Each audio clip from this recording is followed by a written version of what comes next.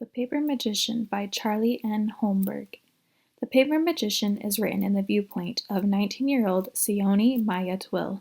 She is the eldest of 4 children, unfiltered, and has a sharp memory. She graduated at the top of her class at Tagus Praff School for the Magically Inclined, of which she was granted a scholarship. Had it not been for the scholarship, she would have had to work and then would have gone to culinary school. Sione is described as 5 foot 3 inches tall, with hair more orange than red and having freckles. In Chapter 1, magician Patrice Avioski, a glass magician, escorts Sione Twill to her new tutor's house near London. Sione is to become a paper magician, or folder, and learn from magician Emery Thane. From an outsider's glance, the house appears to be a 6-story mansion with chained and locked shutters and unwelcoming disarray. Sione describes her living there as being shot to hell. While studying at school, she had wanted to become a smelter magician and be able to enchant bullets. Becoming a paper magician instead leaves her behaving caustic to her new environment. Once through the gate, magic reveals a 3-story yellow brick house with open white shutters and paper flowers in the yard. Magician Avioski and Sione receive a start when a 6-foot-tall skeleton answers the door. His name is Jonto, and he is completely made of paper. He does not speak, but guides them to Thane in his office. Sione notices an organized yet cluttered home with books and papers shoved into shelves. Magician Emery Thane is 30 years old with wavy black hair cut just below his ears. He is an average build, but with piercing bright green eyes that light up with humor. In his library he holds the bonding, or the process that allowed Sione to perform magic with paper. A magic she feels is the weakest of all the magics. A magician may only be bonded to one man-made item, so once the ceremony is complete, Sione can never be bonded to another material. Thane has Sione fill a paper, then takes it from her, and she completes the bonding by closing her eyes, gritting her teeth, and while touching another piece of paper saying, "Material made by man, your creator summons you. Link to me as I link to you through my years until the day I die and become earth." She feels warm and a flash of heat goes through her arm and body, completing the bonding. In Chapter 2, Sione receives her apprentice garb, a red apron and a short black top hat. She will be an apprentice at least 2 years. She realizes that now when she touches paper, her skin tingles.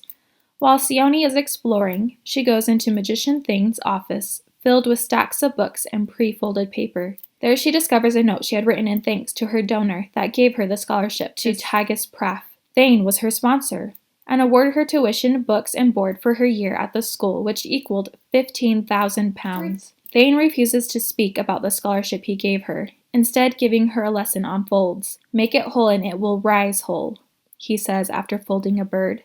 He makes the bird come to life by repeating the magic word, breathe. He then folds a fish and has the fish pull a cord which causes paper snowflakes to fall around them. Sione laughs and realizes the paper actually feels cold. Emery Thane then gives her homework. She is to read the children's book, Pip's Daring Escape, and get a story illusion to appear. The illusion plays out in transparent images in the air, depicting the action of the words read. Sione then notices Emery Thane is left-handed as he makes a fortuity box, or a series of folds that create triangles with symbols written on them. When the box is unfolded in parts, a fortune can be seen or heard in the one performing the magic. Thane asks for Sione's mother's maiden name, Fillinger, her birthday, and a number. Her fortune foreshadows that she will have a bit of adventure coming. Sione then uses a box on Thane. His mother's maiden name, Vladera, with 1 R, his birthday, and a number. Sione opens the flap with a curling symbol with a wiggling head and sees a woman's silhouette in her vision, and the name Lyra. Chapter 3 begins with Sione unpacking her bedroom and musing about magician Emery Thane giving her, a stranger, the scholarship. She thinks about her dog, Busy, a Jack Russell Terrier she had to leave with her family. Thane arrives bringing more books to her about astrology, anatomy, pyrotechnics, aviation, and calming the spirit. After he leaves, Sione stows away a pistol she brought with her under her bed. She had wanted to be a smelter, so the gun is a remnant of that dream. She then falls asleep, awaking at midnight to eat, but is not thrilled with the tuna and cold rice left to her by Thane. She realizes that Thane is awake in his office, and an involuntary shudder runs through her, wondering if he is into the dark arts, or the magic of excision, using human flesh as a conduit. She sees him busy folding, but doesn't disturb him, instead going back upstairs to bed. In the morning, while making breakfast, she hears steps on the stairs, and a dog, made of paper, comes into the kitchen. It is more like a lab terrier mix, and he licks Sione with a dry paper tongue and barks a whispery bark. Sione names him Fennel. Thane gives Sione a lesson on paper thickness and grain. She learns that she is Thane's second and a half apprentice, the third going home after only a few months. She wonders if the third apprentice made a mistake, much like a flashback she has of spilling wine. The lesson continues with Thane showing a half-point fold, or turning a square into a triangle, and a full-point fold, making that triangle into a smaller triangle. He emphasizes that the edges must align completely for magic to work. Sione observes Thane as he drifts into his own head and wonders what he is thinking about. She continues to practice the folds and eventually makes dinner for them. Over dinner, she asked what stipend or wages she will receive. Thane comments on her directness and says she will receive 10 pounds a month, plus whatever he may decide to add. Sione continues asking questions and finds out he is an only child, doesn't get freckles in the sun like her, which she is self-conscious about, and that he does not like grocery shopping. In Chapter 4, Sione is startled awake by Jonto. She commands him to cease, where he falls in a harmless heap of paper bones on the floor. Sione has a quiz and continues to have them at random times throughout her stay. She reads from the book Thane gives her, practices her folds, and then he teaches her about cuts. Cuts must also be precise for magic to work. They make snowflakes, and Thane shows her the almond-shaped cut that must be made, and the word chill to make the snowflakes cold. In the second week of her tutelage, Sione learns about animation. She uses pre-folded paper that makes subsequent folds easier. Sione folds a frog and gets it to animate on her first time. However, her frog loses a race against Thane, causing her to fail the quiz. He lets her know she can retake the quiz an infinite number of times until she passes. A telegraph comes in saying, "Found in Solihull." When Sione questions what was found, Thane responds that it is just a friend. He then does a spontaneous lesson on folding paper fans. The folds must all be even. He then declares he will be leaving on magician's business he doesn't know for how long. He gives her a book to read on papier-mâché, paper gardens, and one of his favorite reads, A Tale of Two Cities. He then tells Sione to keep the doors locked while he is gone. She notes the worry in his eyes. Many days pass in Chapter 5 while Thane is gone. Sione immediately stores Jonto away in a closet and takes to studying the anatomy book and the papier-mâché book. She snoops in Thane's office and reads the name of Alfred Hughes, a magician that sits on the magical cabinet. He is a cyper, or rubber magician. Sione worries a lot about Thane while he is gone. She does her laundry, his laundry, and looks at the bookshelf in his room. She notices a new hymnal inscribed with the Thanes on it and wildflowers pressed inside. More than 6 days have passed when a pounding on the door at 6 a.m. awakens her. Thane is back with bags under his eyes and a bandage Sione spots on his forearm inside his coat sleeve. Thane claims it is just a bump, and they have a lesson on folding paper boats.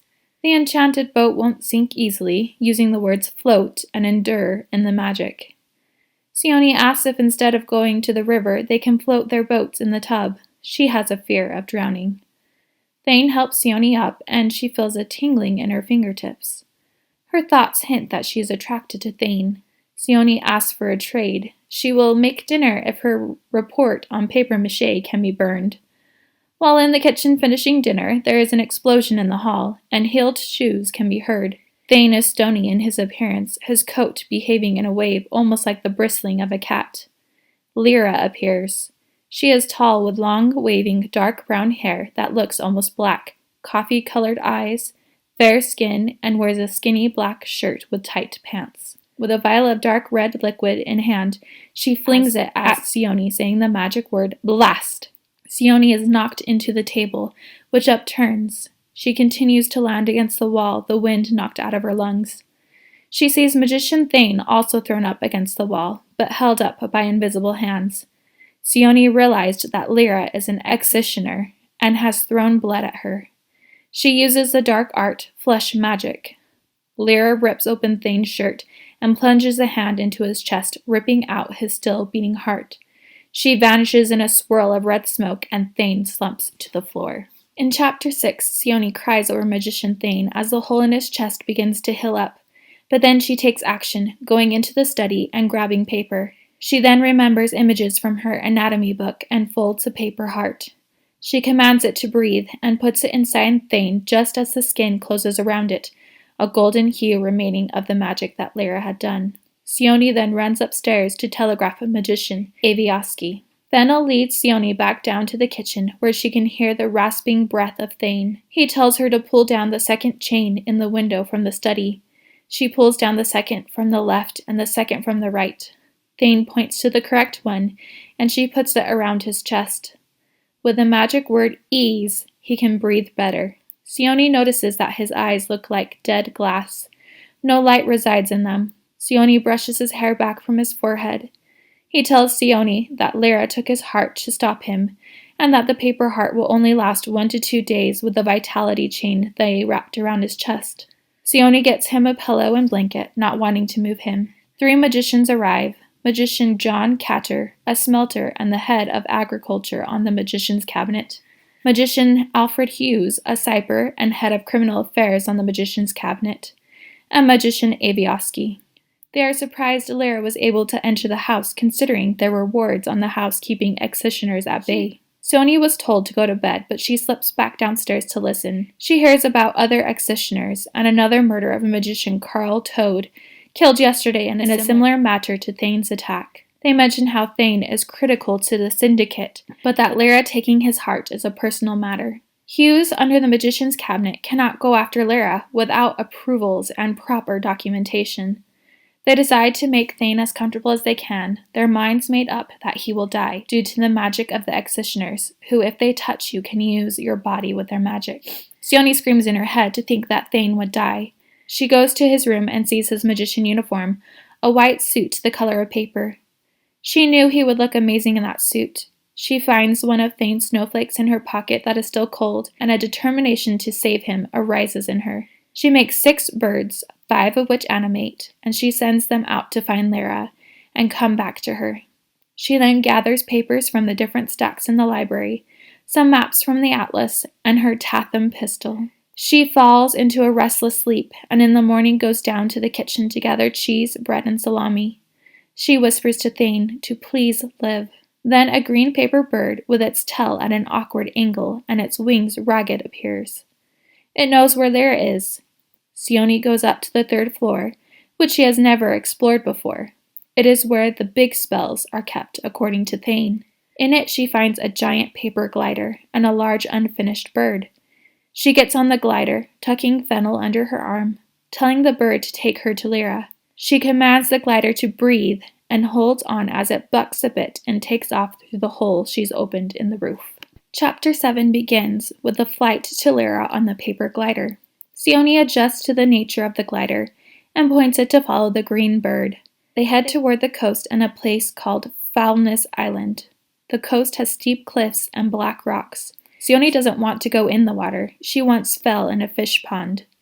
As she climbs down onto the shore, she hears a seagull's cry, but it is a dead bird brought back to life by executioners. It has molted feathers, skin hanging in strips, and a broken beak. Continuing to explore the shore, she sees a cave. In it are a pair of shoes and the pom-pom of a heartbeat. She knows she has found the heart too easily, and behind her she hears Lyra. She has more vials of blood strapped into a leather belt along with a dagger. Lyra says Thane's heart is rightfully hers, with her hand glowing gold. Sione points the pistol at her. She fires the bullet, hits Lyra in the chest. However, her golden hand heals the wound, the spent bullet dropping to the cavern floor. Sione wishes again she was a smelter, as she has no more bullets or any other weapon. Nothing but paper. She bumps back into Thane's heart and feels as if she is falling. Lyra had enchanted Thane's heart. She taunts Sione by saying, "Now I have Emery and his suckling brat." In Chapter 8, Sione realizes she is inside Thane's heart. Lyra appears, spinning her pistol around her index finger. Fennel growls at her.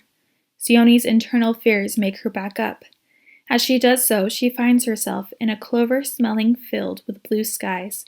4 children are there with beekeeping hats on. They take care of many beehives around the yard. Sione sees no sign of Lyra, but the children also do not pay her any attention. She hears Emery called by a man, and one of the boys around age 6 responds. Sione wonders at that because Thane had said he was an only child. Is she in one of his memories? Sione runs when she sees Lyra's shadow appear. She runs into a new memory, that of Thane in his white magician's uniform receiving his magician's plaque. Just as she had thought, he is handsome in his uniform, which makes Sione blush.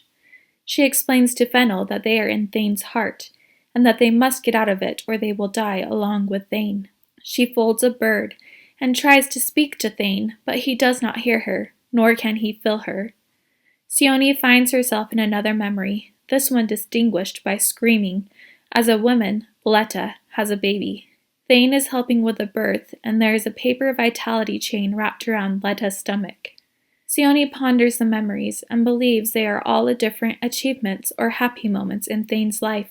When lightning flashes at the window, Sione sees Lyra's shadow. She goes through the door and steps into Thane's office. She finds him at his desk with a finished copy of a book he has written, A Reverse Perception of Paper Animation. Sione thinks about a heart. It has 4 chambers, and if this is his first chamber, she still has to pass through 3 more. She takes a moment to fold a fish. Taking a door out, she finds herself in another field, this one filled with long grass and wildflowers. The same flowers she had found pressed in Thane's hymnal in his room. She believes it is the North Downs, south of London. Thane is there, lying on a quilt next to Lyra. Sione realizes it is a memory, as this Lyra is dressed in a modest white sundress with a golden locket at her neck. Sione is saddened to see Thane's eyes filled with adoration, bliss, love, and serenity for Lyra. She knows Thane is younger, but it still makes her ill. She then sees the memory of Thane in his uniform at a park with a bridge and blooming cherry trees. Lyra is in a white beaded dress with a long train and short veil. Sione notes that Lyra's ample chest is much bigger than her own. She knows Thane and Lyra were married now, not wanting to linger longer or have the real Lyra catch up to her. She tries to find her way out of the first chamber of Thane's heart. Instead, she is in the library with the younger Thane in the process of folding Jonto. Another man, Langston, is there. He has big shoulders, stomach, hands, and calves, and is tall, approximately 6'5" tall. He is about Sione's age and is folding alongside Thane. She realizes it is one of his apprentices. This apprentice, Langston, behaves differently than Sione did with Thane. He is polite, grateful, and seems happy to be folding. Sione leaves the library with Fennel and finds herself in Draper's Hill. It is filled with electric bulbs that glass magicians or gaffers have enchanted. There are tables throughout, some event taking place, and a live string quartet plays. She realizes she helped waitress at this event and finds herself in an unflattering dress, going to different tables. Sione realizes Thane was also at the event. At that event, Sione had a man try to fill under her skirt. She dumped the wine she'd been serving onto the man's lap, and jumping up, the man had fallen backward over his chair. She hears Thane's laughter as he says that the man, Sinnad Mueller, deserved that. Sione realized that Sinnad Mueller was a man whose scholarship she was originally supposed to have received. She hadn't understood why it had not worked out until now. A second Thane appears behind the first Thane's chair and speaks as if to Sione. He says he found out who she was, the petulant, fiery girl, and presented her with a scholarship to spite Sinnad Mueller. The second Thane vanishes, and Sione's eyes find Lyra in the room. She goes through a door and stumbles into a puddle of blood. She realizes she is out of the memories and the chamber of his heart. She follows the blood current. It gets deeper, and she fears it is going over her head. Lyra's voice echoes around her, wanting to get things over with, to kill Sione. Sione comes to a valve in the heart. She tells Fennel to fold up and puts him in her bag for safekeeping. She then pushes herself through fleshy walls, making her way into the second chamber of Thane's heart. Sione continues her journey through the valve in Chapter 9. She feels crushed on all sides like she is drowning. She becomes too warm and hot, feels like she can't breathe, and tastes blood. She tells herself she must do this and pushes through into the second chamber of the heart. Her relief is short-lived as the blood pools around her feet and begins to rise. She calls out to Magician Thane, asking for his help as she begins to panic. She is transported back into the library where Thane is with a blonde apprentice. She reanimates Fennel and spies a book titled Basic Chain Spells in a bookshelf, pulling it free. She reads how to make a shield chain. As she pulls the chain, different images of Thane flashes in and out around her in the library. Once she's completed the chain, she pulls it around her and quickly folds a fan. She goes out of the library and into another memory. This time at the Royal Albert Hall. In it, she sees a vision of herself in a white magician garb, receiving her magician status. Next, she is transported to a prison hallway. The metal doors show a sheen of enchantments. She sees Lyra in a cell, along with another executioner, Grath Cobalt. These visions are Thane's hopes, Sione realizes.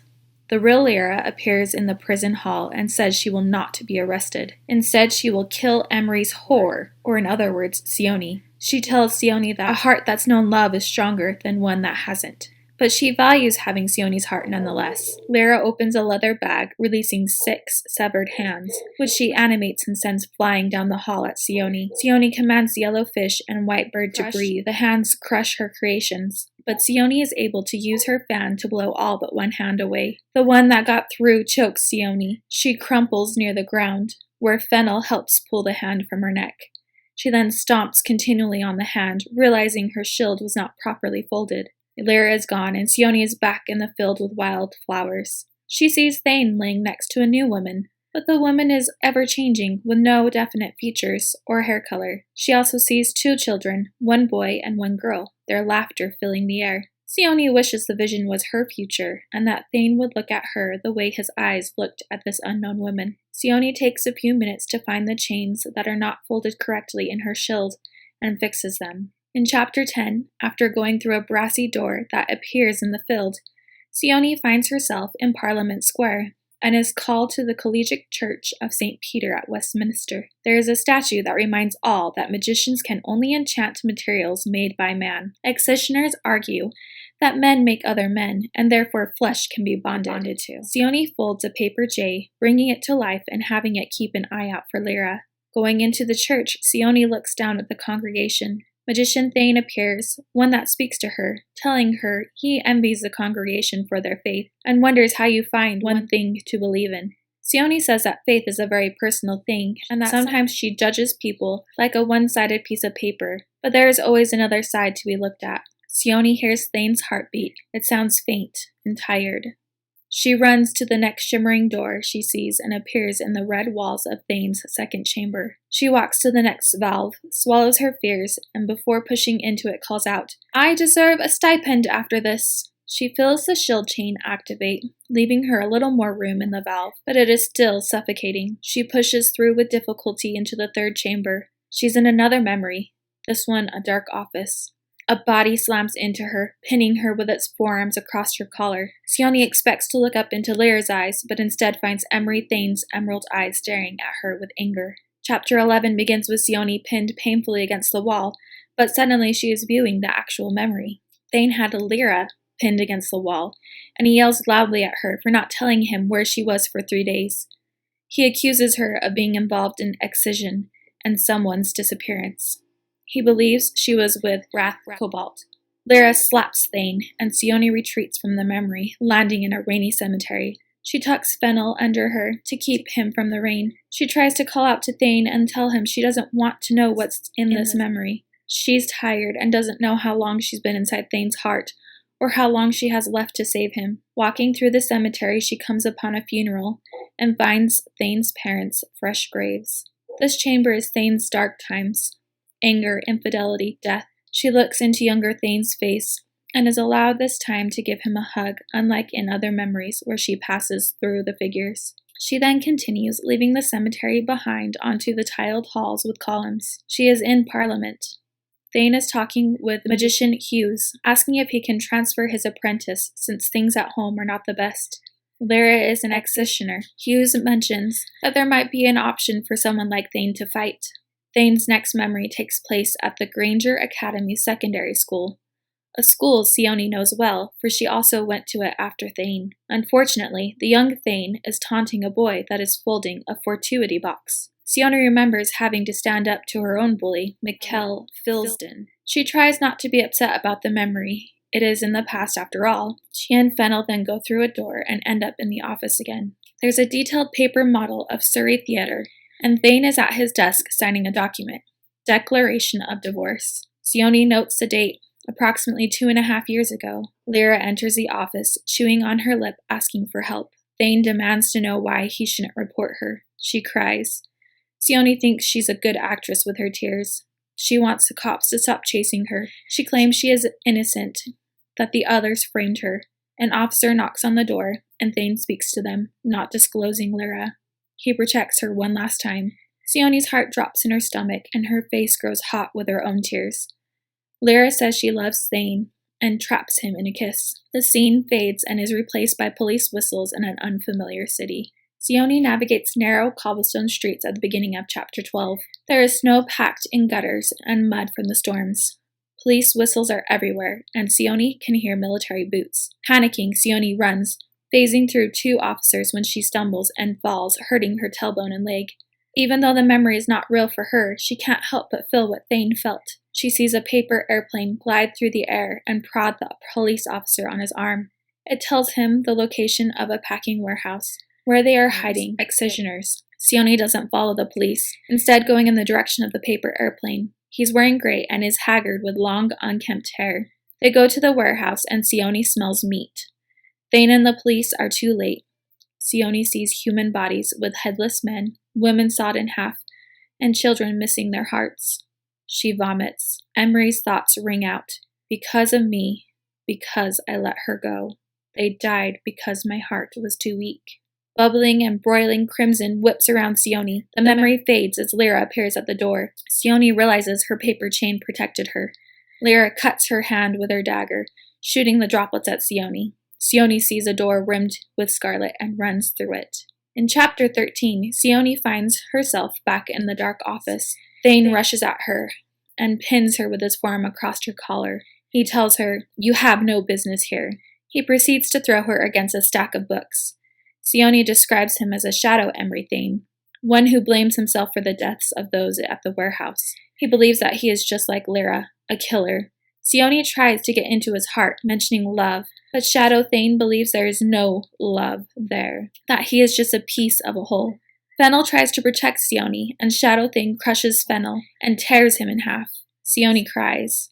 The real Thane has made Fennel for her when he'd found out she'd left her dog busy at home due to his allergies. She tells Shadow Thane, "This isn't you." He pulls her hair, and Sione hears Lyra's voice, explaining an executioner rule and laughing at her. No man can harm his true love within his own heart. Sione understands that Thane doesn't love her. Not yet. She digs her nails in his wrist and pushes him back, asking him if he thinks he is the only one who has ever made a mistake. Sione then gives him a list of her own mistakes, leaving her sister to wait 3 hours in the cold so she could finish her homework. Saw a man drop 6 quid on the street and she took it and walked home a different way. Stole the Prime Minister's buggy that her father chauffeured and crashed it, getting her dad fired.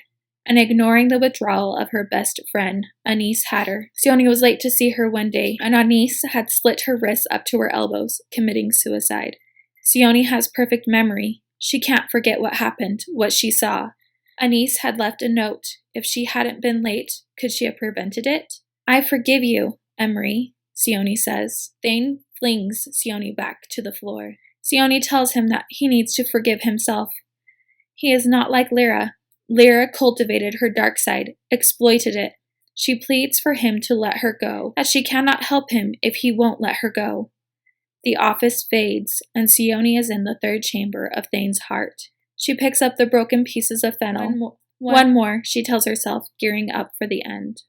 Sione blindly passes through the valve beginning in Chapter 14. She is tired, but as she passes into the 4th chamber, she is struck by the difference this vision has. It is dry ground for miles around, nothing on it, not desert, not anything. She can't hear the heartbeat. There is one deep canyon crack zigzagging through the ground. It's deep, but it had once been deeper. Every so often, Sione sees some sand rain down onto the canyon floor. She sees that it takes time to mend one's heart. He is half healed. Thane appears in the landscape with her. He asks if he is dying, commenting that Lyra is too strong, that they will never be able to stop her. Sione realizes this last chamber is filled with Thane's doubts and regrets. She comes all this way to get out of his heart to help him. She knows they can work together and that everyone has dark and light sides to balance themselves. Thane asks to see Fennel and any extra paper Sione has. He refolds and reconnects the pieces, fixing Fennel. Thane says it is his fault if Sione dies, but Sione tells him it is his heart. He can get her out of here. Thane thinks a moment, saying he can feel Lyra's spell. He believes he can break it, but it will make him tired. Sione asks Thane to teach her. She shows him what paper is left, and he tells her he'll teach her something he shouldn't be, as long as she pretends to forget it later if they survive. Thane then asks Sione why she is doing this. Why is she helping him? She feels like she can answer truthfully, because it feels as if this Thane is just a figment of the real Thane and is suffering. She tells him, I think I'm falling in love with you. Thane almost smiles, but then his mouth moves into a doubtful line. He only answers with a very well, and then asks her if he knows what happens when paper vibrates very fast. It's a secret she should not yet be taught. Chapter 15 begins with Sione carefully tucking her paper spells into her bag, as she puts it, organized chaos, much like Thane's house. Thane believes that Sione's doubt landscape would have more cliffs, rivers, roads, but no cracks. Sione disagrees. She'd have lots of cracks, but no canyons. The expanse shakes and bucks, the doubt landscape fading to flesh. Sione hopes that it doesn't hurt Thane to free her from his heart. She falls, landing on the wet rock. It's cold, and she can taste the salt in the air. She sees an early morning sunrise out the cave door, but she is not sure if she has been gone 1 day or 2. Sione turns to meet Lyra, moving away from Thane's heart so that it will not get hit in the crossfire of any spells Lyra may throw at her. Lyra refuses to stand down. She wants to take 2 hearts to Grath. 3 severed hands appear, and Sione brings out 9 cranes from her bag. Only 7 animate, and Sione's mind becomes frantic as the hands begin to crush her birds. As Lyra readies her next attack, Thane's voice echoes in Sione's mind, reminding her to focus on her target. She pulls out 5 paper stars and throws them at Lyra, racing for the cave entrance as she hears a frustrated cry from Lyra. Sione feels her shield tighten as gore circles around her. Lyra uncorks her next vial of blood, and Sione knows she's avoided at least 3 attacks due to her shield chain. Lyra's next spell sends red, veined waves crashing down on Sione from behind, knocking her down and soaking her and her chain. It tears and falls to the ground. She hastily looks in her bag. The only thing still dry, protected by unused paper on top is Fennel, a rhombus, and a binding chain. Sione drops the wet paper onto the ground and stumbles backward, thinking in her mind how she is supposed to distract Lyra now that half her spells had been destroyed by the wave. Lyra speaks to Sione, calling her weak, like she believes Thane is weak. Sione is worthless with no real power. Sione stops, deciding to distract Lyra with words. She talks about how Thane signed the divorce papers the same day he hid Lyra, and that she was no longer in his heart except to be an executioner in prison. Lyra narrows her eyes and is like a viper, coiled to spring. Sione understands that Lyra doesn't care for Thane anymore, except as a trophy. Lyra gets a sick sort of revenge for taking his heart, like he's done hunting down the executioners over the years. Lyra pulls her dagger and rushes at Sione, grabbing at her. Sione loses her shoe in the rocks, barely avoiding the touch of the executioner and the dagger in her hand. Sione gets a paper bat to fly at Lyra and bind her with the chain, but Lyra cuts the chain and it falls harmless to the ground. Lyra uses another vial of blood to turn to red smoke and appear right in front of Sione. She grabs her elbow and holds the dagger just below her chin. Sione knows the touch is more deadly than the dagger. She pushes Lyra hard, pulling out the diamond-shaped rhombus spell. Lyra rams hard into Sione, clutching her neck and beginning her own chant.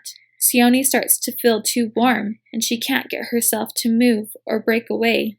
She tells the rhombus in her hand to burst, releasing it.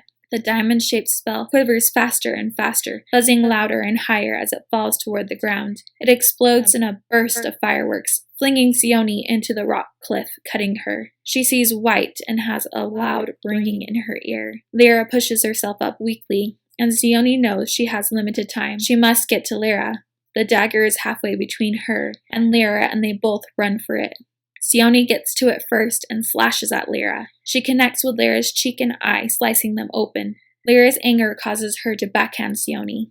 Lyra tries to chant a healing spell, but chokes on the words. Her blood coats all the ground around them, as well as some pieces of fallen paper. Sione picks up one of the pieces of paper, and an idea comes to her. Using Lyra's blood, she writes 9 letters on the paper. With a shaky but firm voice reads it. Lyra froze. The real Lyra does freeze. All movement stopped by what Sione did, much like her images when she read Pip's daring escape. She continued writing a sentence saying, and never moved again. Looking up, she sees a boat with 2 men in it appear, and Sione stumbles back to the cave. She dismantles Fennel, making a small vitality chain and carrier for Thane's heart. She then leaves on the glider as the 2 men reach the shore and a frozen Lyra. In Chapter 16, Sione flies back to Thane, wondering and hoping that he is still alive. She doesn't regret the adventure that she has gone on, but prays it is not in vain. She lands the glider in the roof and hears Magician Avioski's worried voice. She alone stayed to look after Thane. Sione's appearance is a mess, but she shows Magician Avioski Thane's heart, and quickly goes to the kitchen. Thane is very pale, with violet lips and sunken eyes. Avioski asks if it will work. Sione doesn't know, but is determined to find out. She places his heart on his chest. The gold residue of Lyra's spell shimmers and a cavity opens. Emery Thane's back arches and he sucks in a large breath of air as the paper heart made by Sione is replaced with his true heart. The cavity closes and the gold shimmer of the spell disappears. Sione tells Avioski he'll be okay, but asks her to call a doctor. She finds out she has only been gone 1 night. Sione kisses Thane's cheek and, exhausted, goes to bed. When Sione wakes up, her bones feel like lead and she has a headache. She's dehydrated. Dr. Newbold gives her water and lets Sione know that Thane will be okay after a few days' rest. He tells Sione that Thane needs to wake on his own, but if after he wakes up, if he acts odd in any way, to call Dr. Newbold at once. Magician Avioski allows Sione to take care of Thane, but tells Sione that it might be best if the apprenticeship is changed to another magician. She doesn't like male-female apprenticeships and think they may be too close. Avioski also wants details about Sione's experience, as Sione left without permission and somehow saved the most talented folder's heart from excisioners. Sione responds that she was told to leave the kitchen, not that she couldn't go somewhere else, and that her experience feels private. Sione does tell a short version of her story, how she tracked Lyra to the coast on the glider, but she says she thinks Lyra escaped. Avioski informs Sione she is going to send detectives to the area to search for clues, and Sione hopes they don't find much. When Avioski leaves, Sione goes into Thane's room and tells him how she left Lyra on the rocks, how she used blood magic and hopes that doesn't make her like Lyra.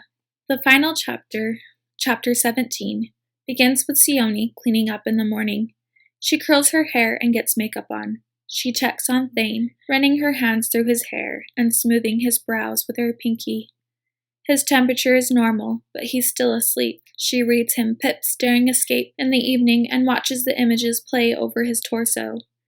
The next day she plays out the same morning routine, curling her hair, doing her makeup, and decides to do the laundry. As she prepares chicken for dinner, she has a flashback to blood on her hands and the spell she cast. Lyra froze and never moved again. She tells herself that it wasn't excisioner magic, it was paper magic. After dinner, she tries to refold the pieces she took out of Fennel, but the spells and folds are too advanced. A telegram arrives, telling her that the cabinet checked the coordinates she gave them, and there was no sign of Lyra. Sione feels discomforted that nothing was found of Lyra. The next morning, she sleeps a little later, but then follows the same morning pattern. She dresses, curls her hair, and applies makeup. She is weeding in the garden when she hears an airy bark from the dining room, and Fennel runs out to Sione. Thane steps out, and Sione's face flushes pink. He is slightly hunched, still recovering from his heart being torn from his body, but his eyes are back to his brilliant green and smiling at Sione. He tells her he feels like he's missed something spectacular, but that he is hungry. At dinner, he tells her he feels like someone has been tromping around in my chest, looking at things they shouldn't be looking at. Sione feels her neck and ears burn. Thane says it is his heart, and of course he knows what is in it, most at least.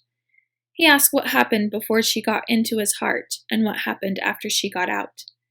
She tells him how she stole the glider and followed paper birds, but was in his heart due to a spell by Lyra. Sione wants Thane to know she's not like Lyra before she tells him about how she wrote on the paper and it froze Lyra in real life. She begins to cry. Emery Thane puts his hand on her shoulder, agreeing that she is not like Lyra. He tells her how Lyra was not a magician when they first met. She was a nursing assistant. He knows that Sione saved his life. Sione, becoming bold, asks him to humor her. She folds a fortuity box and proceeds through the spell. A powerful image floods her mind, of a hill with wild flowers and Thane's patchwork quilt, the one she saw in his heart. There is a woman next to him with her hair in an orange braid and two young boys running around.